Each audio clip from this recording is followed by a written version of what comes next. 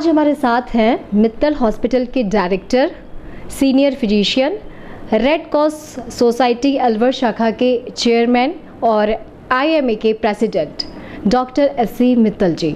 Sir बहुत बहुत स्वागत है आपका हमारे शो में, जिसका नाम है बोलती हैं बुलंदियाँ। जैसा कि मैंने अभी आपका इंट्रोडक्शन करवाया, आपका नाम किसी पहचान का मोहताज नहीं है, आपका काम बोलता है। फिर भी मैं चाहूँगी कि एक बार आप हमारे दर्शकों को अपना थोड़ा सा बैकग्राउंड बताइए। और इतनी जो बुलंदियाँ आपने की बात नहीं मैडम, बहुत बहुत धन्यवाद आपने, आपके शब्दों के लिए और आपके विचारों के लिए। मैं एसएमएस मेडिकल कॉलेज का ग्रेजुएट हूँ। एमबीबीएस मैंने किया 76 में, और एसएमएस मेडिकल कॉलेज से ही मैंने एमडी मेडिसिन किया 1980 में। और उसके बाद मैं 13 वर्ष तक गवर्नमेंट जॉब में रहा, गवर्नमेंट हॉस्पिटल में रहा अलवर में, और वहाँ सेवाएं दी एज ए फिजिशियन। और बाद में मैंने अपना प्राइवेट हॉस्पिटल शुरू किया, तो 25 साल से ज़्यादा मुझको प्राइवेट प्रैक्टिस में हो गए हैं। और हम 25वां वर्षगांठ अभी नवंबर में मनाएंगे अपने मित्तल हॉस्पिटल की। और आईएमए का प्रेसिडेंट मैं पहले भी रह चुका हूँ, आईएमए का सेक्रेटरी भी रह चुका हूँ, और अभी रेड क्रॉस का कार्यभार संभाला है। मेरे टाइम पे यहाँ पे फिजिशियंस कॉन्फ्रेंस हुई थी, जिसमें भैरव सिंह जी शेखावत आए थे जब मैं प्रेसिडेंट था, सेक्रेटरी था, और प्रेसिडेंट जब मैं था फिर दूसरी कॉन्फ्रेंस हुई थी। तो बहुत खुशी होती है कि यदि कुछ हम समाज के लिए काम करते हैं। और अभी इंडियन मेडिकल एसोसिएशन हॉल जो था वो, उसमें भी बहुत सारा काम किया है नया, और अच्छा लग रहा है। अभी वर्ल्ड हेल्थ ऑर्गेनाइजेशन के साथ में कल एक 2 दिन की कॉन्फ्रेंस की थी, जिसमें स्वीपर्स, हमारे सफाई कर्मी, डॉक्टर्स, नर्सिंग स्टाफ, पहली एक पायलट प्रोजेक्ट था WHO का, वो अलवर से शुरू हुआ था। तो बधाई देता हूँ अलवर वासियों को कि अलवर का नाम अब चिकित्सा क्षेत्र में बहुत अच्छा है। और ये मित्तल हॉस्पिटल हमारा 50 बेडेड हॉस्पिटल है, मल्टी और सुपर स्पेशलिटी हॉस्पिटल है, CT स्कैन है, सोनोग्राफी है, 10 वेंटिलेटर्स हैं, एक क्रिटिकल ICU है। तो सब मिलके हम अच्छा सेवा कर रहे हैं। RGHS से एम्पैनल्ड है, ECHS से एम्पैनल्ड है, बहुत सारे TPS भी हमारे एम्पैनल्ड हैं, और काफ़ी अच्छा लगता है, सेटिस्फेक्शन होता है प्राइवेट में आने के बाद में। गवर्नमेंट में भी था मैडम, पर हम गरीबों की भी सेवा कर रहे हैं, बहुत सारा लोगों को, गरीबों का निःशुल्क इलाज देते हैं। हमारे फाउंडेशन हमने फादर और मदर के नाम से बनाया हुआ है, उसका भी मैं मुख्य ट्रस्टी हूँ, और उसके माध्यम से हम बहुत कैंप्स लगाते हैं। और हमारे गांव में 5 साल से अस्पताल चला रखा है फ्री, और उसमें हम आँखों के ऑपरेशन निःशुल्क करते हैं हर महीने। 25-30 हम ऑपरेशन हर बार 10 साल से हम कर रहे हैं। और ये बड़ी खुशी देता है कि जो लोग जो देख नहीं पाते हैं वो निःशुल्क यहाँ से इलाज करा के, उनका खाना पीना, रहना, दवा, चश्मे, सब कुछ फ्री मिलता है। और हम उस फाउंडेशन से करते हैं गवर्नमेंट के साथ मिलके, तो बड़ा सुकून मिलता है ऐसी सेवा करने में। और अवार्ड्स की बात है तो मेरे को डायबिटीज़ का भी नेशनल अवार्ड मिला हुआ है, और 7 बार भामाशाह, लगातार भामाशाह अवार्ड मिला है। शिक्षा के क्षेत्र में करीब 1 करोड़ रुपए के काम हमने स्कूल्स के इंफ्रास्ट्रक्चर और उनके बच्चों के डेवलपमेंट के लिए कराए हैं। और मेरी वाइफ और मेरी बेटी इसमें साथ देती है, हमारे एडमिनिस्ट्रेटर हैं गिरीश गुप्ता जी। तो सबकी टीम हमारी इस फाउंडेशन के साथ मिलकर काम करती है मैडम। सर, एक साथ इतनी सारी जिम्मेदारियाँ, कितना चैलेंजिंग रहता है आपके लिए? नहीं, आई एन्जॉय मैडम। मेरे को सब लोग कहते हैं, हमारे डॉक्टर्स कोलीग्स भी कहते हैं कि हाउ डू यू मैनेज, पर it is a team management में। हॉस्पिटल है तो टीम है, रेड क्रॉस में टीम है, आईएमए की टीम है, वो टीम काम करती है। Actually this is the only supervision. मेरे को कुछ करना होता है, बताना होता है, just direction. I am just director. हाँ, पेशेंट मैं देखता हूँ, वो दिस इज़ माई पैशन। मेरे को भगवान ने बनाया डॉक्टर, तो मेरे को लगता है जिससे मेरे को इतना अच्छा, मेरे को इस प्रोफेशन में आनंद आता है कि I do not get tired. If I work from 9 to 4 and evening में भी, तो मैं थकता नहीं हूँ मैडम। एंड उसका ये कि आई है keep my attitude very positive. सबसे बड़ी बात है कि मैं हर चीज़ में अच्छाइयाँ देखता हूँ, मैं नेगेटिविटी की बात नहीं करता हूँ। तो इसलिए मेरे को एंजॉय करता हूँ मैं प्रोफेशन को, सारी एसोसिएशंस को एंजॉय करता हूँ। और उसमें जो उपलब्धियाँ होती हैं उससे मेरे को, सपोज हमने काम किया है स्कूल्स में, तो वो जो हमको अप्रिसिएशन मिलता है, अवार्ड मिलता है, उससे मुझे लगता है और एनर्जी आती है मैडम। तो वो एनर्जी मिलती जाती है हर चीज़ में। जब हमको एनर्जी मिलेगी तो और ज़्यादा, at this age also you become. आप मोदी जी को देख रहे हैं, गहलोत साहब को देख रहे हैं, हमसे बड़े हैं, still they are working 24 hours a day. तो ऐसा नहीं है। थकान इज़ ए मेंटल एटीट्यूड। आपका थकान तब होती है जब आप किसी को काम को बोझ ना समझ लगते। तो I enjoy in all these things, then I become so happy at the end of the day जब मैं रात को सोता हूँ तो आई फील सो रिलैक्स कि बहुत अच्छा आज काम किया है, इतने मरीज़ ठीक हुए हैं, इतने मरीज़ बच के गए हैं, IMA में इतना अच्छा काम हो गया, ये कमरे बन गए, टॉयलेट्स बन गए। आई बिकम सो हैप्पी कि ईश्वर ने जब हमें दिया है तो जब हम जाएंगे तो कम से कम ये संतुष्टि हमें रहेगी कि कुछ तो हमने समाज के लिए किया है मैडम। सर, पहली बार किस एज में आपने ये डिसाइड किया कि मुझे डॉक्टरी के फील्ड में जाना है? मैं विचार मुझे नहीं था मैडम, उस समय हम गांव में रहते थे और सरकारी स्कूल में पढ़ते थे और बच्चों का उस समय कोई विज़न नहीं होता था मैडम। आज के बच्चे तो 8वीं से ही कहीं कोचिंग इंस्टीट्यूट में जा रहे हैं, मेरे को डॉक्टर बनना है। तो हमें तो हमारे फादर डॉक्टर बनाए। मैं बड़ा ही बड़ा बेटा था, मेरे माँ बाप का 5 भाई में, और मेरे फादर टीचर थे, गांव में ही पढ़ाते थे, उसी स्कूल में पढ़ाते थे, उसी स्कूल में हम टाट पट्टियों पे बैठ के बड़े हुए। पर जब मैं 8वीं में, जब मेरे नंबर ठीक ठाक आए, उस समय कोई बोर्ड तो होता नहीं था 8वीं का, उनका नहीं, पर मेरे बेटे को डॉक्टर बनाना है। और उसकी स्टोरी भी है कि मेरा छोटा भाई टाइफाइड से बीमार हो गया, गाँव में ठीक नहीं हुआ, इधर उधर की दवा लेते रहे। फिर यहाँ पे डॉक्टर जगदीश जी हुआ करते थे, बहुत पुराना नाम था अलवर में, डॉक्टर जगदीश माथुर, उन्होंने उसको ठीक कर दिया। और वो फादर हमारे बड़े खुश हो के अलवर आए छोटे भाई को लेके, और उन्होंने कहा मेरे बड़े बेटे को मैं डॉक्टर बनाऊंगा। तो एक वो स्टोरी है कि डॉक्टर मैं नहीं बनना चाहता था, पर उन्होंने कहा कि नहीं, मैं कुछ भी नहीं बनाऊंगा इसको। मेरा मैथ्स बहुत अच्छा, मेरी फिजिक्स बहुत अच्छी थी, मेरे नंबर बहुत अच्छे आए थे, मैं नेशनल स्कॉलरशिप होल्डर हूँ। मेरे उस समय का 71 में मेरा मेडिकल 69 में मैंने 10वीं पास की थी, 69 का मैं नेशनल स्कॉलरशिप होल्डर हूँ, जो गवर्नमेंट से मिलती थी, फर्स्ट 50% को मिलती थी। आई वाज इन अमॉन्ग्स्ट 150, तो फर्स्ट 50। तो वो मैं तब 10वीं के बाद में तो मेरे फादर ने कहा कि नहीं तेरे को डॉक्टर ही बनना है। तो उस समय बायोलॉजी ले दी, 9वीं में ही बायोलॉजी हुआ करती थी उस समय, तो बायोलॉजी लेके डॉक्टर ही बनना है। और फर्स्ट अटैम्प्ट में मैं फर्स्ट 20 में था मेरा नंबर, PMT में मैडम उस समय SMS हमको मिल गया, SMS से ग्रेजुएशन किया। तो it is all luck and father mother की मेरी, मुझे लगता है आशीर्वाद था कि उन्होंने कहा नहीं डॉक्टर ही बनना है, बन गए डॉक्टर। पर उसको मैंने एंजॉय किया जब से मैं डॉक्टर बना हूँ। मेरे को इतना अच्छा, बहुत से मेरे कोलीग्स हैं, कुछ हैं और लोग हैं, डॉक्टर्स के बारे में कुछ भी बोलते रहते हैं, पर मैं I love my profession because मैं पीपल में नो, पर मैंने बहुत ऑनेस्टी से काम किया है। और मैं इसको मैडम इतना एंजॉय करता हूँ इस प्रोफेशन को कि मेडिकल प्रोफेशन के अलावा यदि कोई प्रोफेशन है वो टीचिंग का है। I respect teachers because my father has been teacher, पर टीचर्स और डॉक्टर्स आप शायद सर्वे में भी देख लेंगे, they are the noblest profession. Sir, जैसे कि अभी आपने अपनी स्टोरी बताई कि बाई लक आप डॉक्टर बने, लेकिन मुझे ऐसा लगता है कि शायद किसी भी चीज़ के पीछे कहानी चाहे कुछ भी हो, लेकिन शायद आपके हाथों इतना अच्छे काम, ऐसा एक डॉक्टर मरीज़ों को मिलना था, तो आपका जो है इस प्रोफेशन में आना हुआ। दूसरा, आपने अपने पापा का सपना पूरा किया। सर, आज मैं अपने इस इंटरव्यू पे जो थीम है वो मैं हार्ट की डिजीज़ेस को लेना चाहती हूँ, क्योंकि आजकल ये देखा जा रहा है बहुत कम एज के लोगों को हार्ट अटैक के आने के चांसेस बहुत ज़्यादा हैं। 30, 35 कोई एज नहीं होती और उनकी डेथ हो रही है। क्या वजह मानते हैं आप? लाइफस्टाइल एक वजह है इसकी? बिल्कुल मैडम, बहुत अच्छा प्रश्न किया, बड़ा समसामयिक है ये, और इस समय बहुत ज़्यादा ज़रूरत है, क्योंकि lifestyle is the main positive factor. सबसे बड़ा कारण यदि है तो लाइफ स्टाइल है। हम प्रिवेंशन के ऊपर ध्यान नहीं दे रहे हैं, हम जब हार्ट अटैक होता है तब ध्यान दे रहे हैं। तो इतना स्ट्रेस है इस दुनिया में। मैं कुछ चीज़ों को तो बहुत ऐसा मानता हूँ, smoking is one factor, smoking है। स्ट्रेस यंग एज में जो हो रहा है, stress is most important factor. फिर स्ट्रेस की वजह से ही most people are becoming diabetic. India is the diabetic capital of the world. Heart patients के लिए नंबर 1 इंडिया है। US में कम हो रहे हैं, इंडिया में ज़्यादा बढ़ रहे हैं बिकॉज ऑफ दी प्रॉस्पेरिटी। जो हमारी इकोनॉमिक लेवल बढ़ रहा है, तो people are becoming more obese in young age, more overweight, cholesterol उनका बढ़ रहा है, लिपिड प्रोफाइल बढ़ रहा है, रेगुलर उनका चेकअप नहीं है, रेगुलर एक्सरसाइजेज नहीं है, व्यायाम नहीं करते हैं, खाने पीने के ऊपर ध्यान नहीं देते हैं। तो ये सब चीज़ें, आपका ब्लड प्रेशर बढ़ रहा है, आपको डायबिटीज़ बढ़ रही है, स्ट्रेस हो रहा है, आप एल्कोहल इतना ले रहे हैं, बहुत आजकल पार्टीज़ में या किसी में भी आपको एक स्टेटस सिंबल बन गया। स्मोकिंग का बहुत ज़्यादा है, स्मोकिंग के साथ tobacco chewing, that is also, आपको टोबैको जा रहा है, स्ट्रेस मैंने आपको बताया। दिस नो बेटर स्लीप, आप sleep is also very important factor.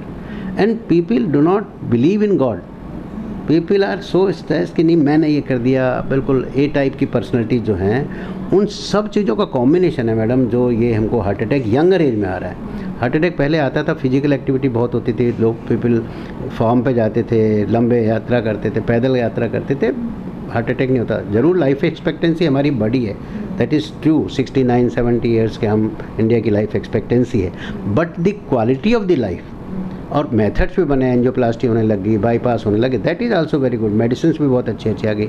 पर यंगर एज ग्रुप में हमको डायबिटीज़ हो रही है, यंगर एज ग्रुप में हमको हाइपरटेंशन हो रहा है, यंगर एज ग्रुप में हमारी स्ट्रेस है, नींद खराब हो रही है, वर्क का इतना प्रेशर है कि रिलैक्सेशन नहीं है। इन सब चीज़ों का जो क्यूमुलेटिव इफेक्ट आ रहा है वो मैडम हार्ट के ऊपर आ रहा है। और जो हार्ट बिल्कुल रेस्ट नहीं करता है, ऑल 24 आवर्स हमारे, कहीं उसको रेस्ट नहीं मिलता है, नींद में भी, कहीं पे भी, फेफड़े हैं, सब लोग काम करते हैं, तो ये सारे ऑर्गन जब काम करते हैं, परंतु जब यदि इनके ऊपर हम ब्लड प्रेशर का इफेक्ट डालेंगे, डायबिटीज़ का इफेक्ट डालेंगे, तो हार्ट बेचारा हमारा कमज़ोर हो जाएगा। सर बेसिक हार्ट अटैक के मतलब सिम्टम्स क्या होते हैं? जैसे कि सीने में दर्द उठता है, लोग बोलते हैं कि हार्ट अटैक आ गया, घर वाले भी एकदम से पैनिक होते हैं कि ये एक तो मैडम सबको पता होना चाहिए हार्ट अटैक के सिम्टम्स क्या होते हैं। फर्स्ट तो आपने बताया पेन चेस्ट, पर पेन चेस्ट में भी नहीं है कि खाली चेस्ट में पेन है, आपको जबड़े में भी दर्द हो सकता है, पेट में भी दर्द हो सकता है, आपके हाथों में भी, दोनों हाथों में दर्द आ सकता है। पर दर्द वो इतना सीवियर होता है, हार्ट अटैक का दर्द तो इतना सीवियर होता है जैसे इट विल किल यू, आपको लगता है जैसे बस जान ले ली इसने, मतलब इतना ज़्यादा उसको खुद को फील होता है। बट मैनी टाइम्स जैसे डायबिटिक्स पेशेंट हैं, उनको दर्द नहीं होता है या कम होता है, या पेशेंट को हैवीनेस होती है पेट की, कि लगता है कि मेरे को गैस बन गई है। जैसे बहुत सारे पेशेंट्स तो ऐसे होते हैं जो गैस के चक्कर में हार्ट अटैक को निगलेक्ट करते रहते हैं, दिखाते नहीं हैं। बट मैं आपके माध्यम से ज़रूर सभी हमारे श्रोताओं को ये मैं कहना चाहूँगा, दर्शकों को ये कहना चाहूँगा कि बहुत सारे अनयूजुअल सिम्टम्स होते हैं। आपको अनयूजुअल पसीना आ रहा है, आप ठंडे हो रहे हैं, आपको पेट में गैस बन रही है, दर्द हो रहा है, पर आपको लगता है कि गैस का दर्द है, रेंटेक ले ली, डाइजिन ले ली, इनको नेगलेक्ट नहीं करना है। स्पेशली डायबिटिक पेशेंट्स हैं, उनको बिल्कुल नेगलेक्ट नहीं करना है। और साथ में उसके जब मोस्टली पसीना आता है, वॉमिट आती है, पेशेंट का दर्द जो होता है सीने से दोनों हाथों में जाता है, बाजू में, जबड़े में जाता है, फिर धीरे धीरे उसका ब्लड प्रेशर डाउन होता है तो और सीरियस हो जाता है, तो धीरे धीरे अनकॉन्शियसनेस भी आ सकती है। पर मेन जो सिम्टम है पेन चेस्ट, वॉमिटिंग, पर्सपिरेशन। पर ऐसा नहीं है कि ये टिपिकल सिम्टम के जगह एटिपिकल सिम्टम्स भी बहुत हैं, उनको हमें ध्यान रखना चाहिए कि ज़रूरी नहीं है, तो डॉक्टर को ज़रूर दिखाना चाहिए जब हमें थोड़ा सा भी डाउट लगे। और दूसरी चीज़ ये है कि कई बार ईसीजी मैडम नॉर्मल आ जाता है, कई बार 6-6 घंटे के बाद ईसीजी अब नॉर्मल आता है, तो फर्स्ट ईसीजी को भी हम नहीं मानना चाहिए कि हमको हार्ट अटैक आया है, तो यदि फर्स्ट ईसीजी में भी नॉर्मल, तो पेशेंट के हमारे जो और बायोमार्कर्स हैं वो टेस्ट कराने चाहिए, कंफर्म करना चाहिए और डॉक्टर की सलाह माननी चाहिए। और सबसे बड़ी बात जो आपने कही है लाइफ स्टाइल, उसको प्रिवेंशन के ऊपर हमको अधिक से अधिक ध्यान देना चाहिए। यंग एज में हार्ट अटैक को रोकने के लिए जो मैंने फैक्टर्स बताए उनके ऊपर ध्यान देना चाहिए। सर अगर जैसे अभी आपने जो सिम्टम्स बताए उसमें से अगर कुछ दिखते हैं तो क्या हम प्राथमिक उपचार कुछ तुरंत घर में कर सकते हैं? क्योंकि जब तक ऐसा देखा गया कि डॉक्टर तक पहुंचते हैं थोड़ा दूर है, तब तक मरीज़ की जान। बिल्कुल, एस्प्रिन इज़ वन ड्रग जिसको हमको लेना चाहिए, इसका कोई मतलब का साइड इफ़ेक्ट नहीं है। एस्प्रिन लेनी चाहिए 75 और 150 मिलीग्राम। और यदि आपके पास पुरानी आपके सिम्टम हैं या आप हार्ट के पेशेंट हैं, दोबारा अटैक हो रहा है या आपको सस्पिशन लग रहा है, फैमिली आपकी हिस्ट्री है, आपके पेरेंट्स को है, आपके ब्रदर सिस्टर को है, आपके ग्रैंड पेरेंट्स को है, वो भी एक बहुत है कि फैमिली में यदि हार्ट अटैक की हिस्ट्री है तो we should be more liable. आपकी एज यदि it's more than you are more liable, तो उसमें आइसोडिल जो आइसोसार्बाइल डाइनाइट्रेट से होती है वो सबलिंगुअली ले सकते हैं। और एस्प्रिन इज़ गुड, एस्प्रिन के अलावा कुछ नहीं है। दूसरी चीज़ है इसमें सडन कार्डियक अरेस्ट भी होता है मैडम। हार्ट अटैक में ऐसे पेशेंट होते हैं जो कई बार अस्पताल पहुंच ही नहीं पाते हैं और वहीं हार्ट अटैक हो रहा, वहीं आपने सुना होगा कि बस वो तो बैठे बैठे रह गए। तो हर पेशेंट को, हर अपने घर वालों को, अटेंडेंट को ये समझना चाहिए कि हमको जो हमारा जो रेड क्रॉस का मूवमेंट चल रहा है वो चल रहा है सीपीआर। सीपीआर का मतलब होता है कार्डियो पल्मोनरी रिससिटेशन। मतलब आपको यदि इमीडिएटली केयर, चाहे आप रोड पे हैं, हार्ट अटैक हो गया, चाहे आप घर पे हैं, चाहे ऑफिस में हैं, वन मस्ट नो जो उसके साथ हैं कि सीपीआर कैसे किया जाता है। और सीपीआर की ट्रेनिंग हमारी रेड क्रॉस का बहुत बड़ा थीम है। गिरीश जी हमारे रेड क्रॉस सोसाइटी के जो सेंट जॉन्स एम्बुलेंस के माध्यम से जो ट्रेनिंग कर रहे हैं, जो ड्राइवर कंडक्टर्स को करा रहे हैं, हम फैक्ट्री वालों को करा रहे हैं, फैक्ट्री में भी हो सकता है, ऑफिस वर्कर्स को करा रहे हैं, हमने पुलिस वालों के साथ काम कर रहे हैं, हम ट्रैफिक वालों के साथ काम कर रहे हैं। तो जहाँ पे क्राउड रहती है हम उनके साथ काम करें। बच्चों को भी हम ये ट्रेनिंग देना चाह रहे हैं स्कूल्स और कॉलेजेज में, कलेक्टर साहब के माध्यम से उनसे जोड़ लेंगे उनको, बच्चों को स्कूल्स में। तो हर को CPR की ट्रेनिंग होनी चाहिए। जो सडन कार्डियक अरेस्ट से जो डेथ होती हैं उनको हम यदि कंटिन्यूस अपन कार्डियो पल्मोनरी रजिस्ट्रेशन देते हैं तो बहुत अच्छे से देते हैं, जो समझ के देते हैं, तो मुझे लगता है बहुत सारी जानें बचाई जा सकती हैं। सर साइलेंट हार्ट अटैक में कैसे होता है वो? साइलेंट हार्ट अटैक का मतलब है मैडम सिम्टम नहीं आएगा, लक्षण नहीं आएगा। अच्छा। और वो पेशेंट का यदि हम ECG करेंगे तो उसमें हार्ट अटैक आएगा।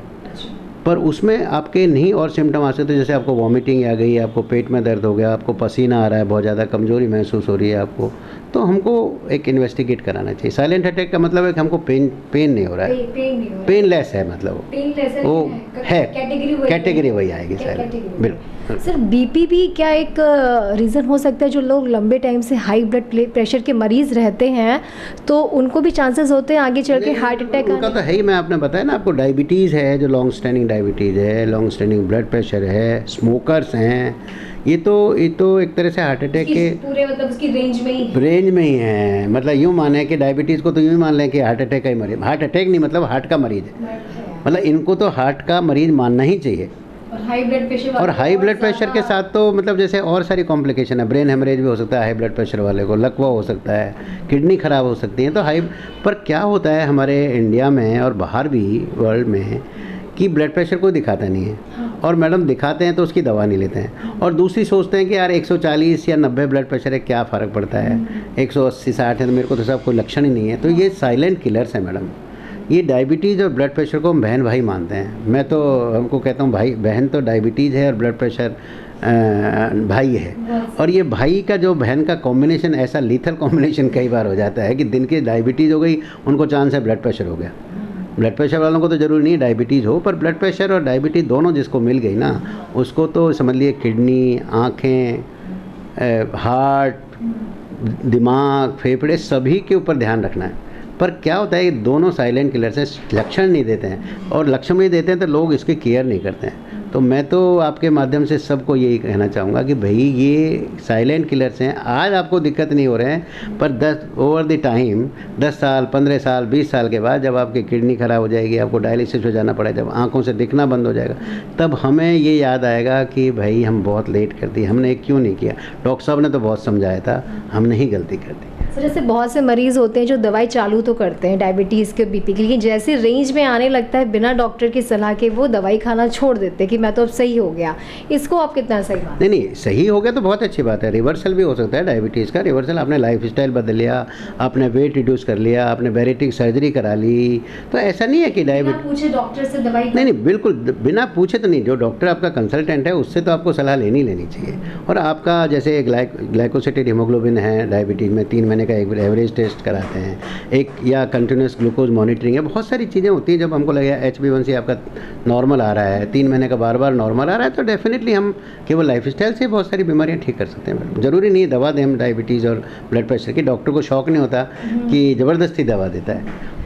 तो इनका हार्ट का डिजीज़ का या बीपी का कोई सीजनल भी होता है क्या, कि आपको विंटर्स में ज़्यादा केसेस देखने के लिए मिलते हैं, समर्स में कम? मतलब क्योंकि विंटर्स में ज़्यादा होते ही हैं हार्ट अटैक और बीपी के, क्योंकि उसमें जो हमारी जो एक तरह से धमनियां हैं वो सिकुड़ जाती हैं सर्दी की वजह से, तो उसमें हार्ट अटैक के चांसेस ज़्यादा रहते हैं सर्दी में। सर बीपी के मरीजों को विंटर्स में क्या प्रिकॉशंस मतलब ध्यान रखना? नहीं, एक तो बहुत ज़्यादा कोल्ड में एक्सपोजर नहीं होना चाहिए मैडम, बहुत ज़्यादा नहीं करना चाहिए।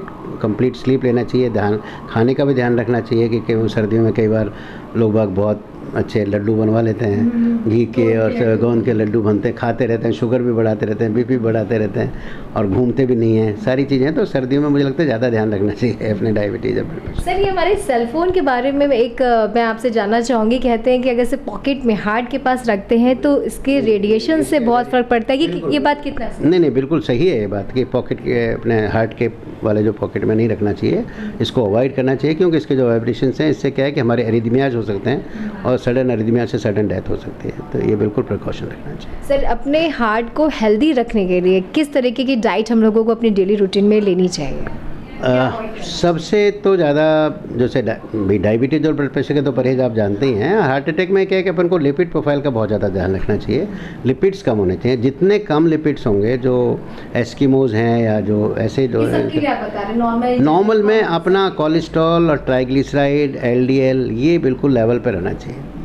ये मेन जो काज जो हमारा हार्ट अटैक का है वो है कि हमारा फैट जो है वो यंगर एज से ही शुरू होता है जमना, जिसको समझते नहीं है एक्चुअली।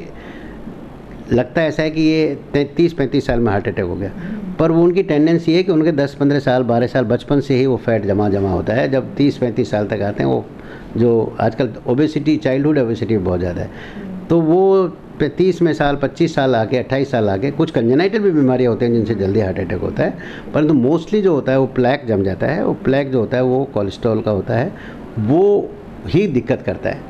उससे सारी आर्टरी हमारी 100% ब्लॉक हो जाती है, तभी उसको हार्ट अटैक होता है। पर 90% 80% होती है, तभी हम उसको संभाल लें, सिम्टम आए उसको दिखा दें डॉक्टर को, तो वो आजकल लिपिड लोअरिंग एजेंट्स आते हैं जो कोलेस्ट्रॉल और ट्राइग्लिसराइड को कम करते हैं, वो ज़्यादा ज़रूरी है आज की तारीख में, और उसकी ज़्यादा ध्यान रखना चाहिए। हमारे जो डायबिटीज़ और ब्लड प्रेशर के मरीज़ हैं, लिपिड प्रोफाइल भी ज़रूर हमको 3 महीने में कराना चाहिए। सर कुछ क्या स्पेशल एक्सरसाइजेज भी होती हैं जिनके हम करके जो अपने हार्ट को हेल्दी रख सकते हैं? मैं तो सबसे बढ़िया तो योगा मानता हूँ मैडम, जो फिटनेस का सबसे बड़ा, जिसमें कोई कष्ट नहीं है और बहुत पॉजिटिविटी करता है। और फिर उसके बाद अब प्राणायाम करें, उसके बाद ध्यान लगाएं, 1 घंटे अपने शरीर को दें। एक्चुअली क्या है, हम अपने शरीर को, मैं मरीजों के लिए तो 24 घंटे दे दूंगा, आप अपने प्रोफेशन के लिए 20 घंटे दे देंगे।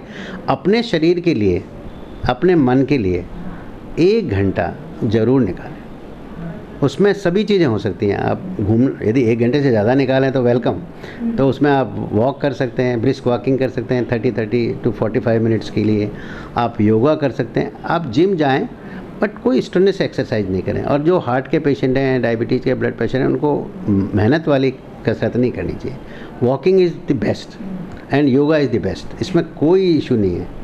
और आपको लगता है वॉकिंग में मेरे को सांस भर रहा है, तो आप रुक जाएं, रेस्ट कर लें, फिर चल जाएं और डॉक्टर की सलाह ले लें। और डाइट का बहुत ज़्यादा ध्यान रखना चाहिए। तो यदि डाइट का, एक्सरसाइज में तो मैडम योगा का कोई मुकाबला नहीं। मैं तो आई फील कि आप कितने भी जिम में चल जाएं, कितने भी आप कर लें, आप खाएं कम, आप इवनिंग में बिल्कुल ऑफ कर दें या कम खाएं। मतलब जैसे कहते हैं ना, प्रिंस लाइक नाश्ता करें, किंग लाइक अपना लंच करें, और बिल्कुल भिखारी जैसे अपना डिनर करें। क्यों? तो वो मुझे लगता है वो पहले का जो हमारा सिस्टम है, वो ही हम क्या करते हैं कि रात में दबा के खाते हैं, दबा के ड्रिंक्स लेते हैं, फिर स्मोकिंग करते हैं, और फिर कहते हैं कि हमको कुछ नहीं होना चाहिए, हैं भगवान हमें सही रखे।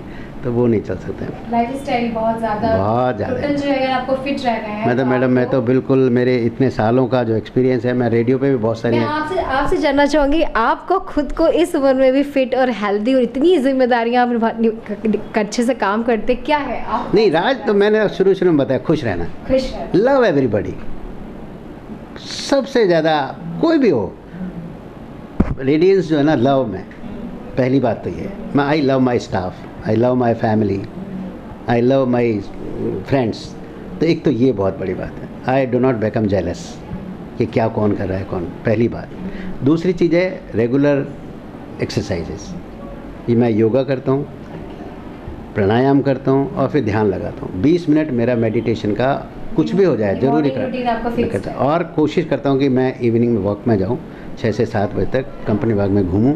कई बार नहीं होता है busy schedule, but I try to go for a walk. और खाना मैं शाम को नॉर्मली अवॉइड करता हूँ, बहुत ही फ्रूट्स या कुछ ले लेता हूँ, 2 चपाती लंच में लेता हूँ, राइस वाइस कम खाता हूँ, दाल चपाती सैलेड। मोस्टली जो प्लेट में है ना आपका, एक तो सब कहते हैं ना, एक मुट्ठी जितनी आती है ना उतना ही आपको खाना चाहिए अनाज में। क्यों? उतना ही खाना चाहिए, आपकी जितनी मुट्ठी है ना उतना ही अनाज खाना चाहिए। और आप गेहूँ कम खाएं, चावल कम खाएं, तिनाजा खाएं।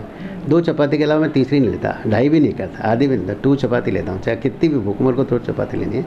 और उसके साथ सैलेड खाना है ज़्यादा, फ्रूट्स खाना है ज़्यादा। और ब्रेकफास्ट में मेरा दलिया होता है, 1 पौने कटोरा आधा कटोरा दलिया, और फ्रूट्स होते हैं, कुछ नट्स होते हैं, बस। और शाम को कुछ खाते नहीं हैं। मुझे लगता है खाना तो इतना ज़रूरी है कि आप केवल जीने के लिए खाओ। बहुत से लोग खाने के लिए जीते हैं मैडम, तो वो जीने के लिए मैं खाता हूँ और काम करता हूँ आनंद में, तो कोई स्ट्रेस नहीं होता। I have a good sleep, 7 to 8 hours I go to sleep. Then मुझे लगता है इससे ज़्यादा कोई बढ़िया बात नहीं हो सकती। सर आप अपने इतने बिजी स्केड्यूल में से, अभी तो आपके पास और भी बहुत सारी, जैसे मैंने कहा, रिस्पॉन्सिबिलिटीज़ हैं, पहले भी आपके पास रही होंगी और भी काम, अपनी फैमिली के लिए सर आपने कैसे निकाला? फैमिली तो मेरे लिए ग्रेटेस्ट मतलब फैमिली तो क्या, मेरी वाइफ तो ऑलमोस्ट मेरे साथ ही रहती है, mostly all the functions, all the social functions in the hospital also, she takes care of the hospital. तो उसको टाइम मतलब नहीं लगता कि मेरे को अलग हूँ मैं बच्चों को। और मेरी डॉटर है, I have single daughter, she is graduate from IIT Delhi and masters from Harvard US, and then she is also doing social work, she is staying in Jaipur. तो हम जाते हैं, वो आ जाती है, और इसीलिए वो US में शिफ्ट नहीं हुई और बेंगलोर में शिफ्ट नहीं हुई कि नहीं पापा मम्मी के साथ रहना है, तो जयपुर रहना है, अलवर रहना है, 2 घंटे की डिस्टेंस है। We go frequently, we enjoy, go to the parties, go to the hotel, stay कर आते हैं। अभी हम तिजारा फोर्ट चले गए, तीनों साथ रुक के आ गए एक नाइट। कहीं कहीं ऐसे ऐसे हम जाते हैं, आउटिंग करते हैं। कभी त्रिवेंद्र केरला चले गए, US चले गए थे हम साथ में। तो means we enjoy the very close family, 3 all happy. My mother lives with me, मैं मदर के साथ सुबह चाय पीते हैं, उनको प्रणाम करते हैं, नमस्कार, आशीर्वाद लेते हैं। वो हमको रोज़ आशीर्वाद देती हैं। मेरे फादर पास्ट अवे, तो उनके बाद ही हमने फाउंडेशन बनाया। But means if you want to be happy ना, nobody can get you angry. Sir इतना कुछ अचीव करने के बाद कहीं अब भी ऐसा कुछ लगता है कि ये जो चीज़ है वो अभी शायद बाकी है? Never never never, this is the I have contained my life best. मतलब इससे ज़्यादा मेरे को कुछ मिलना नहीं है, मेरे को कुछ करना नहीं है। मैं पेपर में खूब छप चुका, खूब फ़ोटो छप चुकी, खूब नाम हो चुका, मेरे को कुछ नहीं चाहिए। Just I want to continue कि भाई ऐसे, मतलब जब तक हैं, जब तक अपन को सेवा करनी है हमारी। सर अब तक के अपने इस सफ़र को अगर मैं आपसे कहूँ कि आप किस तरीके से देखते हैं, तो संक्षिप्त में आप सर कैसे? नहीं, I am happy and satisfied, no regrets from the life. मैं बिल्कुल बिल्कुल निराश नहीं हूँ। बहुत अच्छे से मेरी जितना ईश्वर ने मतलब उम्मीद से ज़्यादा मुझे दिया है, तो मैं इससे ज़्यादा कुछ मांग नहीं सकता हूँ। सर एक डॉक्टर की पूरी लाइफ में ऐसे बहुत सारे मरीज़ आते हैं, बहुत सारे उसकी ज़िंदगी में उतार चढ़ाव भी आते हैं। क्या ऐसा कोई किस्सा आपकी में भी है जो आज भी आपको याद हो, किसी मरीज़ से जुड़ा हुआ, जो आप हमसे शेयर करना चाहें? ऐसे तो मैडम बहुत किस्से हैं इसके, तो सो मैनी, मतलब मेरे ऐसा किस्सा खास आज भी आपको याद नहीं, शुरुआती दौर का? नहीं, शुरुआती में नहीं मैडम, ऐसे आते हैं बहुत सारे, जैसे कि ये पेशेंट अभी भी काफ़ी पेपरों में छपा और सारे सोशल मीडिया पे। भाई एक बच्चा था, हम और गिरीश जी यहीं खड़े, मैं बैठा हुआ था, गिरीश जी यहाँ खड़े थे, एक लवानिया जी थे, एक इंजीनियर हैं, वो बैठे थे। एक ग्रैंड मदर लेके आए अपने पोते को, बाल्टी में डूब गया था वो, और उसके कुछ नहीं था। जी हाँ, हमने कहा लिटाओ भाई, उसको तो सांस भी नहीं, पल्स भी नहीं, BP वो भी नहीं, हार्ट भी नहीं। हमने कहा इसको जो भेज देते हैं यार, चलो जाए, अब तो एक्सपायर तो हो ही गया। फिर स्टिल बट पता नहीं क्यों इंट्यूजन से हमने वही CPR वाली बात की, हमने उसका CPR किया। एक 1.5 साल का बच्चा था, हमने CPR किया, गिरीश जी ने माउथ टू माउथ रेस्पिरेशन किया, हमने हार्ट का पंपिंग किया, और वो बच्चा बच गया। वेंटिलेटर पे रखा एक दिन, दूसरे दिन वेंटिलेटर है, तीसरे दिन छुट्टी कर दी।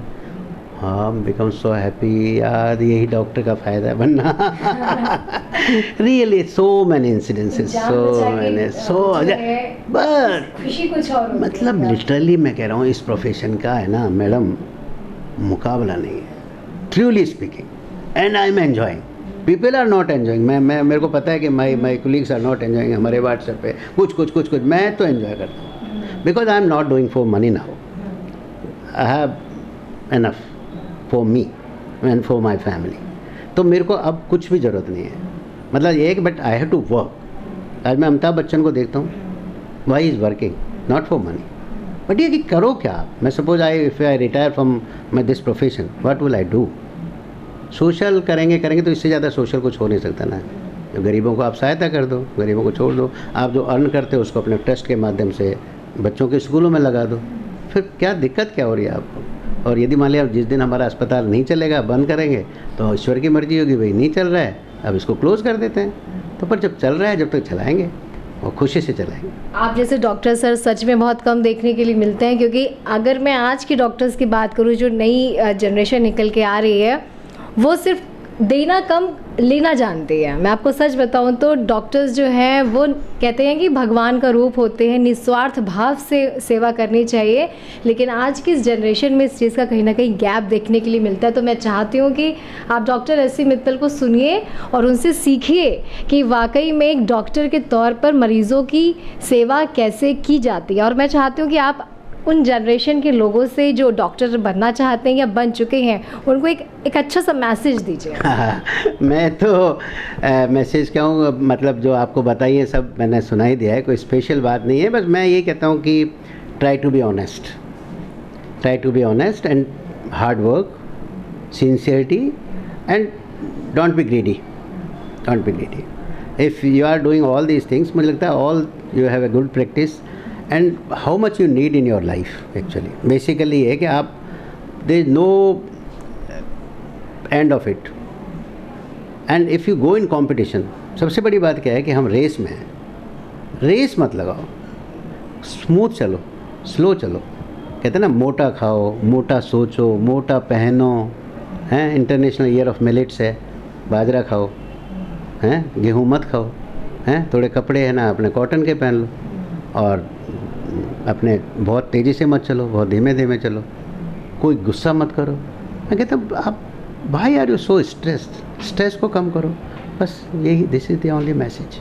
तो ये थे आज हमारे साथ डॉक्टर एस.सी. मित्तल जी, जो केवल पॉजिटिव सोचते हैं, निगेटिविटी को खुद से बहुत दूर रखते हैं, और उनके मन में सिर्फ एक ही भाव है कि अगर ऊपर वाले ने उन्हें ये आशीर्वाद दिया है कि वो समाज की सेवा कर सके, मरीज़ों के लिए कुछ कर सके, तो वो आगे आकर बढ़ चढ़ कर उस काम को करते हैं। और उन्होंने यही मैसेज दिया कि डोंट बी ग्रीडी। अगर आप वाकई में समाज को कुछ देना चाहते हैं तो सबसे पहले आपको खुद पर भी संयम रखना होगा, और सबसे बड़ा संयम होता है अपने लालच के ऊपर, क्योंकि आपको यूं ही जो मरीज़ हैं, जो समाज है, वो आपको भगवान नहीं कहता।